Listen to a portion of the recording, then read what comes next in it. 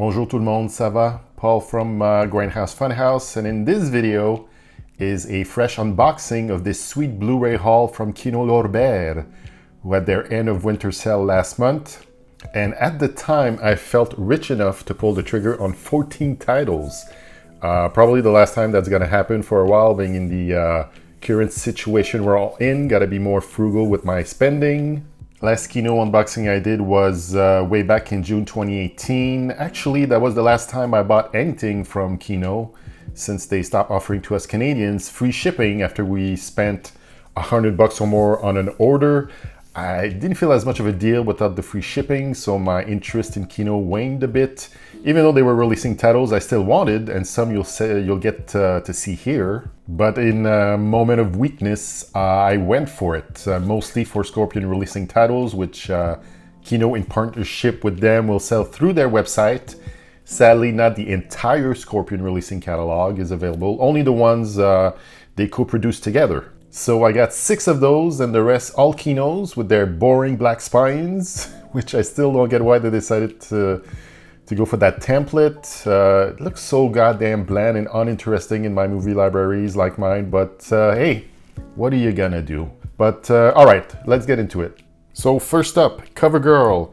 This is a 1984 cat exploitation movie from Jean-Claude Law, who's one of our finest Canadian genre movie director from 72 to 79.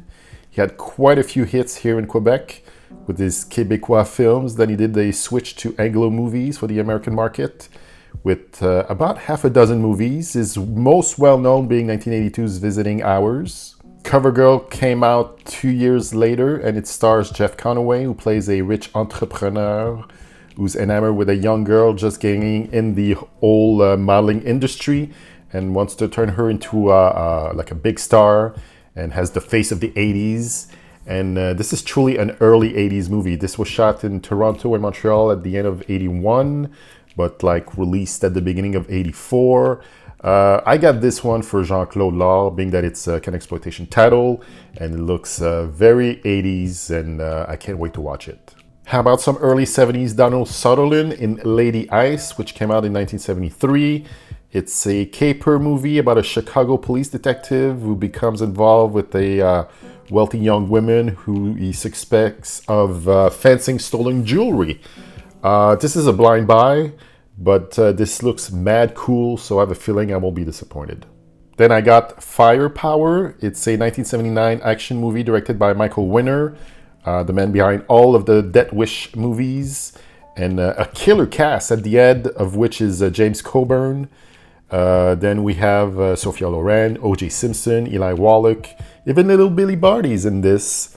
Apparently this was started as a potential Dirty Harry movie, but got turned into this movie about a bounty hunter, James Coburn, who was recommended by a woman, Sophia Loren, to the FBI to track down a powerful criminal in seclusion. And said woman recommends him for her own nefarious plans, as she wants him found for her own personal vendetta. The tagline says it all. The target, the world's richest man. The deal, bring him back alive. The prize, $1 million in cash. I watched it last night, and that James Coburn was a cool cat. So much swagger, looking sharp. Sophia Loren looked good as well. OJ was OJ. There's a lot of like character actors from the 70s, a lot of like, isn't he that guy kind of guy? So yeah, that movie is full of those. Some of the plot twists I didn't see coming, although I should have. Can be slow in spots, but some of the action scenes, some of them look like they hurt. But that's Michael Winner for you. Apparently he had a disregard for safety at times to get to that real truth, you know. And it has like a bombastic score from Gato Barbieri, which has no physical release of it whatsoever. I don't know why. But anyway, I'd recommend it if you're into these kind of movies for sure. Next, we have a 1976 killer bear movie titled Grizzly. It's a classic when animal attacks movie, which was a whole genre to itself in the 70s thanks to Jaws. I'd say this is one of the more well-known ones, starring Christopher George, Andrew Prine, Richard Jekyll, and Teddy, the 11 feet tall Kodiak bear causing terror and mayhem. And for this one, I might have to wait to watch it because We found out last month that the sequel, Grizzly 2, The Predator, also known as Grizzly 2, The Concert, filmed like back in 1983, will get a release soon for the first time. It's going to be retitled Grizzly 2 Revenge. It stars pre-famed George Clooney, Charlie Sheen, and Laura Dern in small roles, which I'm sure they're thrilled to know that this thing's going to get released. So yeah, now I got to do a double bill for this one for sure. Then I got the Salamander. It's a 1981 thriller with another pretty stacked cast. We got Franco Nero, Anthony Quinn, Christopher Lee, Eli Wallach, Claudia Cardinal. It's about a special agent investigating a series of murders involving high-ranking generals. And what's left behind at each murder scene is a card with a drawing of a salamander.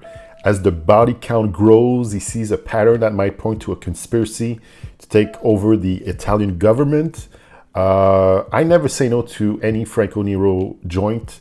Even if you can't understand the man through his thick Italian accent when he's not being dubbed, he's always fun to watch.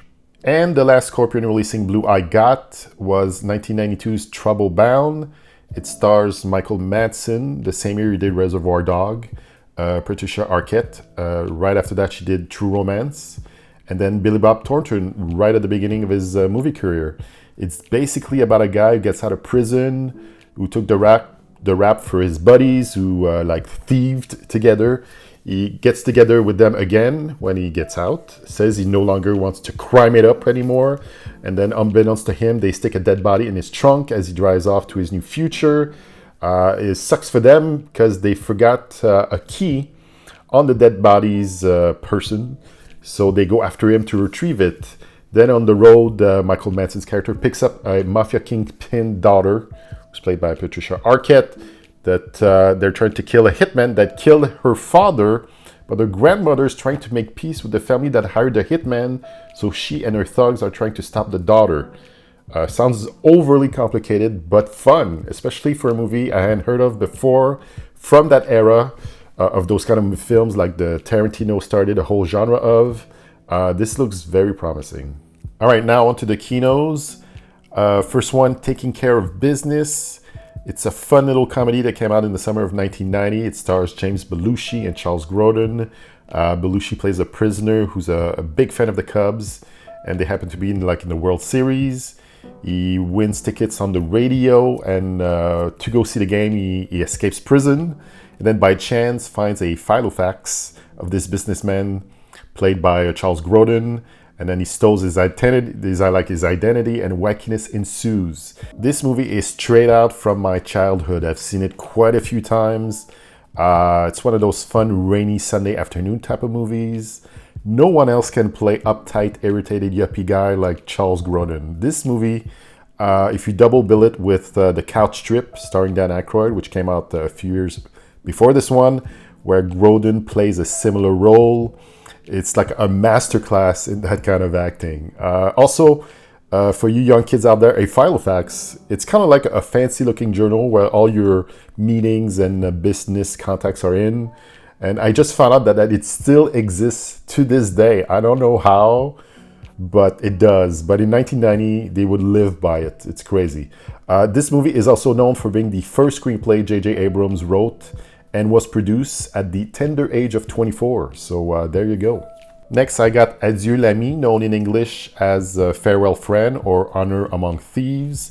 It's a 1968 French heist film starring one of the biggest French stars of that time, Alain Delon, and Charles Bronson, making him a star over in Europe after being pigeonholed as a supporting actor in Hollywood. The movie is about two former French Foreign Legion members planning to break into the vault of French corporation. So yeah, it looks like an awesome time. And if you're into those kind of movies, I'd say that's definitely one to get. Then I got another Ken exploitation title. This one is Phobia, which came out in 1980. It's a horror thriller directed by John Huston. It stars Michael Paul Glaser about a psychiatrist involved in a radical new therapy that comes under suspicion when his patients are murdered, each according to their individual phobias. This was not well received at all by critics. Probably one of the worst reviewed movies in John Huston's directing career, but for me, it had three things going for it. The plot, which I found very interesting, the fact that it's another kind of exploitation added to my collection, and then Canadian actress Lisa Langlois, who's been in so many 80s, the like early 80s Canadian horror movies like Happy Birthday to Me, Class of '84, Deadly Eyes. She definitely was a big reason to blind buy this. Wanted Dead or Alive. This is a 1987 action movie directed by Gary Sherman. It stars Rutger Hauer in his like 80s macho action star prime, playing a bounty hunter, an ex-CIA operative who's asked by a former colleague to track down a terrorist played by Gene Simmons, of all people. And he's actually kind of good in this as a cliche 80s Middle Eastern terrorist. This was based on a 1958 television series starring Steve McQueen. It doesn't make a damn bit of difference if it was or not, to be honest. I'm sure not even back in 1987, it would have been like a big draw to get people in the theaters. It's pretty much your standard actioner from the 80s with shit blowing up real good. Mel Harris playing Hauer's girlfriend in this is foxy as hell. And it was her first movie role, and she went on to star in 30-something, which was like a huge ABC drama in the late 80s. But yeah, you love the Hauer, you love 80s action movies, you'll dig this. Oh, up next, I got some Burt.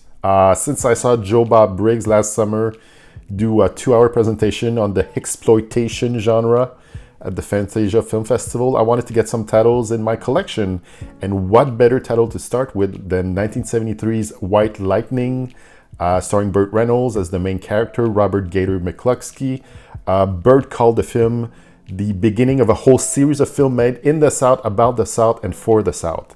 It's about an ex-con teams up with federal agents to help them with breaking up a moonshine ring. I feel that's pretty much all you need to know about this to get into it. And they actually did a sequel to this titled Gator that came out in 1976 that was directed by Burt, which pretty much tanked really hard at the box office and with the critics. But yeah, if you want to get into exploitation, any Burt Reynolds movies from that era is a good starting point. Up next, I got Winter Kills. This is a 1979 black comedy starring John Huston, Jeff Bridges, Anthony Perkins, Eli Wallach again, Thomas Million, Toshiro Mifune.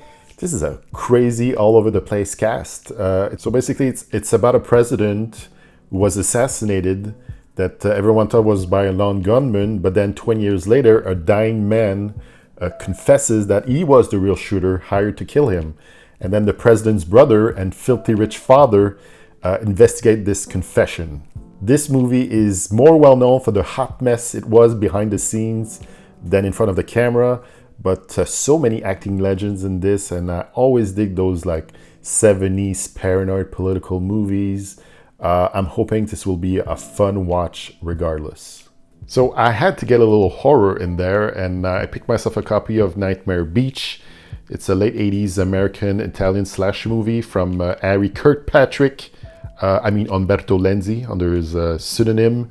It stars John Saxon and Michael Parks. It's about a motorcycle gang leader who's put to death, but then comes back to life to go on a murderous revenge spree against the residents of a Florida town.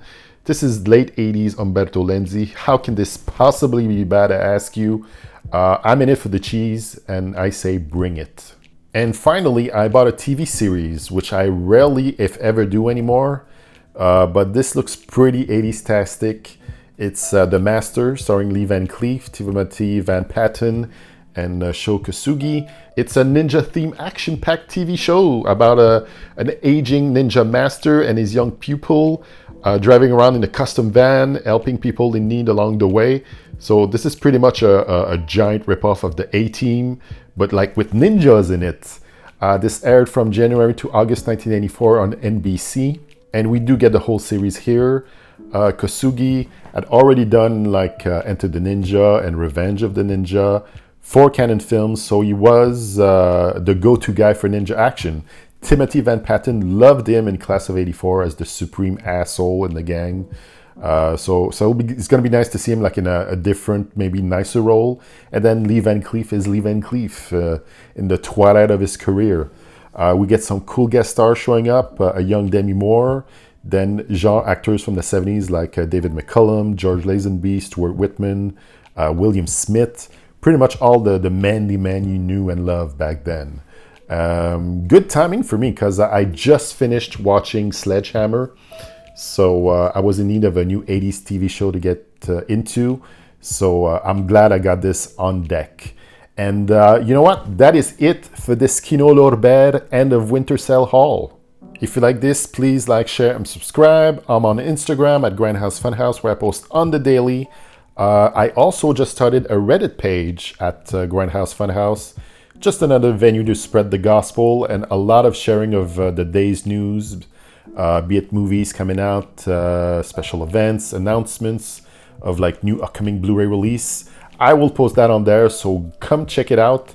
In the comment sections below, let me know about your Kino Lorber haul. If you bought anything during that sale, curious to see what you got.